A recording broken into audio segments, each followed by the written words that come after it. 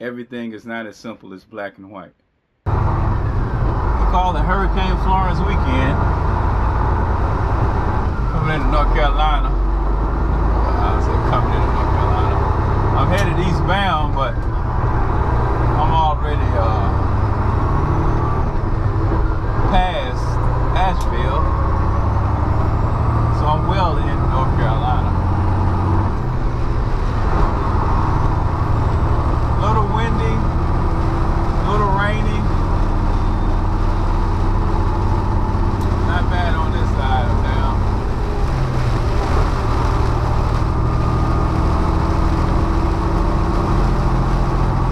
Heart goes out to all of the people on the east side of North Carolina, to everyone affected by the storm, North Carolina, South Carolina, Virginia. Hearts go out to you guys. Wish for, hope for, pray for a speedy recovery, of course.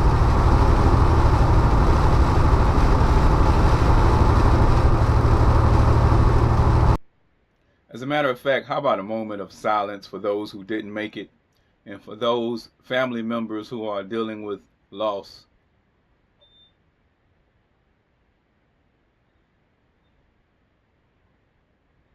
I think it's a good opportunity for the rest of us to take stock of the things that we should be appreciative of. So many people are going through challenges right now. Experiencing storms, not only in North Carolina, South Carolina, but you also got Philippines. Hearts go out to the Philippines, Hong Kong, they got hit. Puerto Rico's still suffering. I mean, a lot of people dealing with challenges, you know. So, take a moment after praying or whatever you do for the people who are going through those challenges. Take a moment to appreciate what you have and what's going right for you. Take a moment to appreciate what's going right. I didn't say you wasn't dealing with challenges. All of us are going to be dealing with some types of challenges with life, but not a lot of us are not going through some of the serious things that other people are going through. Even the fact that you're listening to this message or you're watching this video, that's an advantage right there you have that other people don't have. The people that can't hear, the people that can't see, the people that can't comprehend such a message. People are going through things, man. So appreciate what is going right in your life. Really appreciate that. You gotta, I think, from time to time, actually appreciate the things that are going well, the things that are going right. Then you can go back to it. You can go back to harping on what you wish was different and what you want and all that. I'm just joking. But that's the thing, anytime when we are going through challenges, take a moment to appreciate what is right, because there's always someone going through something worse. There's no real constellation when you're actually in it. But that's why I wanted to speak on that right now. It's easier for us who might not be going through serious challenges to decide that we're going to look at things in that way when we do end up facing a challenge. Because we're going to end up facing challenges. It's part of life. I mean, hopefully, it's not as serious as what some people are dealing with. Like, if you live on the coast, man, it's stuff you're going to deal with. If you live in the area where hurricane, Hawaii. Hearts go out to Hawaii, man. Hearts go out to California, where all the fires are at, were at. Like I said, people are going through challenges, man. And many people are going through challenges of which they had no contribution of at all. Now, you might say indirectly, greenhouse, blah, blah, blah. You know what I'm talking about. A lot of us are going through challenges that we caused upon ourselves, but you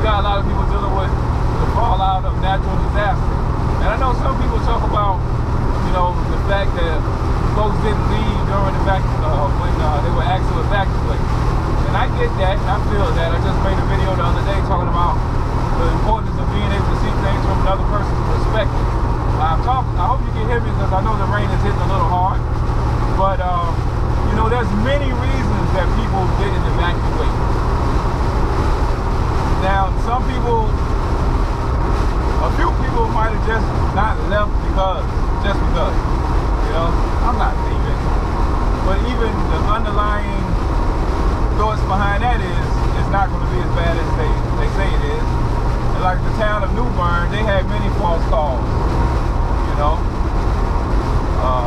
on other storms, and they never really got hit.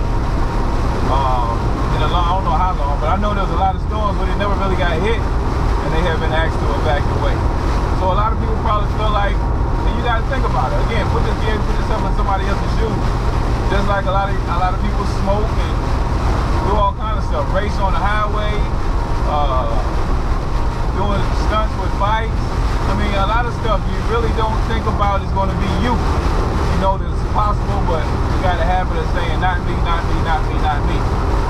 So you say, even if the storm coming, yo, my house is not going to get hit. It's not going to be flooded in my front yard.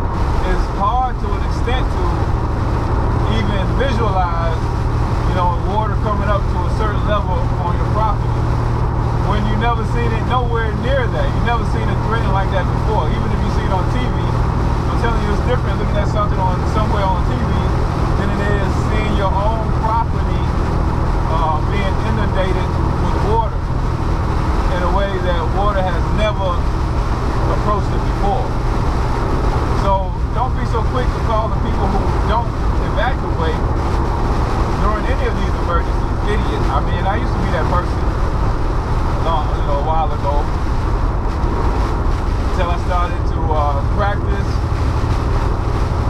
actually trying to see things from the other person's shoes, other person's perspective, and take a moment to look at it from that way. And then you begin to see how they could have justified hanging around, you know. And then, I mean, that's just one thing. When I mentioned, then you're talking about, look, I'm leaving my property. I just as well take a chance when it's less likely to happen. I take a chance of staying in my property, and then it ain't going to be so bad that it's going to take me out. At least I'll be here to defend my property. I see on TV where people looting all kinds of things. When a disaster comes through, I'm staying here in my property. You know what I'm saying? It's easy for us to say that they should have left. It's much harder for that person to actually leave for an undetermined amount of time and not knowing exactly what their property is going to be exposed to. You understand what I'm saying? Too often we are quick to say what we would do, and what somebody should have done. And I'm guilty of that. I've done that, you know. But I just want to speak on it. Too often we too easily believe that we would have done things a certain way had we been in a situation. And the reality is you really don't know how you would respond, behave, react, or how proactive you would have been when it calls for you to do things such as leave something you work hard for. You know, you say it's material things. I agree, it's a material thing. It's a material thing, but again, it's a lot easier for you to look at the big picture, and it's also hindsight is 2020. It's two different things from you advising somebody what to do. I understand that because I advise all the time, not stuff like this, but advising somebody what to do, then you actually being the person that's in the position who is receiving the advice. It's easy to do that. And then it's also a whole different situation when you're looking back on how things panned out and criticizing the person. So just think about that, man. Just think about that. By the way, I should just stick with that, but this is related, so I might as well mention it because it's much easier to see since we just spent all that time talking about something with some similar principles. When someone's accused of something and we're quick to assume that they're guilty, that's crazy, man. You think about it, that's crazy. You take one person's word about what has occurred or one person's perspective and you act like that's the only way for it to have occurred. And part of that person's perspective is creating a narrative of the other person's mindset. And these are not likely events, but they actually happen. It happens, man. It happens. How many people have been, how many people you see turn down and get off ramps and get on the highway? For us, we might say, how in the world do you do that? For them, you know, hey, you might not be able to explain it, but it happens. So I'm just saying, don't be so quick to assume the worst about a thing. Give it a minute. I mean, listen. Find out the facts and listen to people's stories. What up, man? Y'all take it easy. Thank you.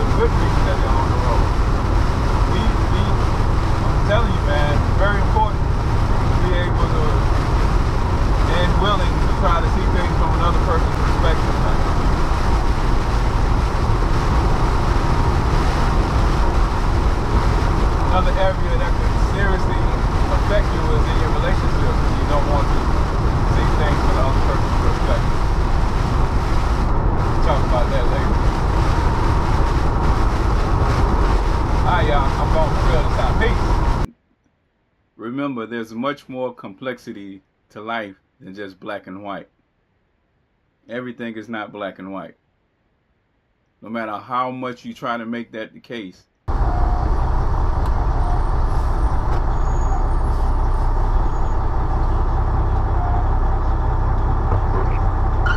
road is flooded that way.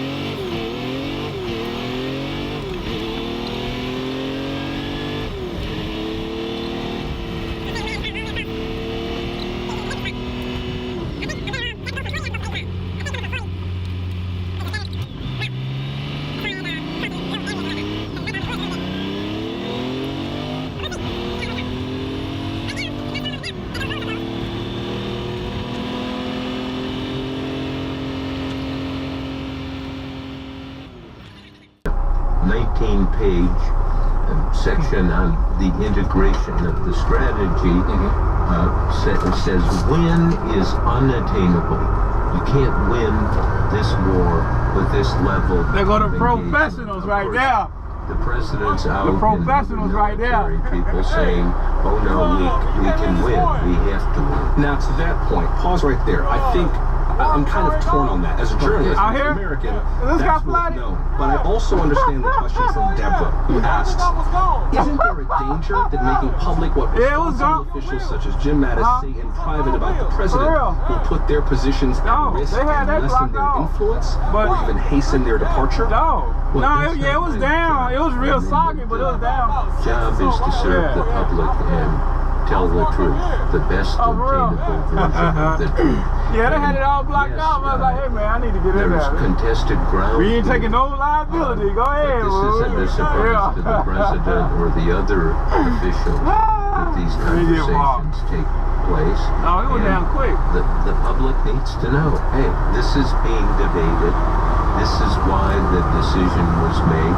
And interestingly enough, the final decision in Afghanistan is to add several thousand more troops, as the generals had requested, and to adopt a new strategy, namely of not telling the public how many troops are there, because so much for 17 years of the coverage of Afghanistan was, oh, we're adding 30,000 troops, we're taking 10,000 out, and so forth. And I think they hit on in a strategy that is at least more plausible.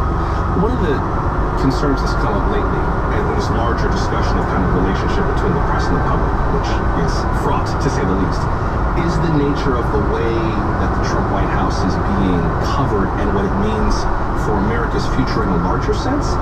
Mary wants to know, I'm very happy that Mr. Woodward wrote his book.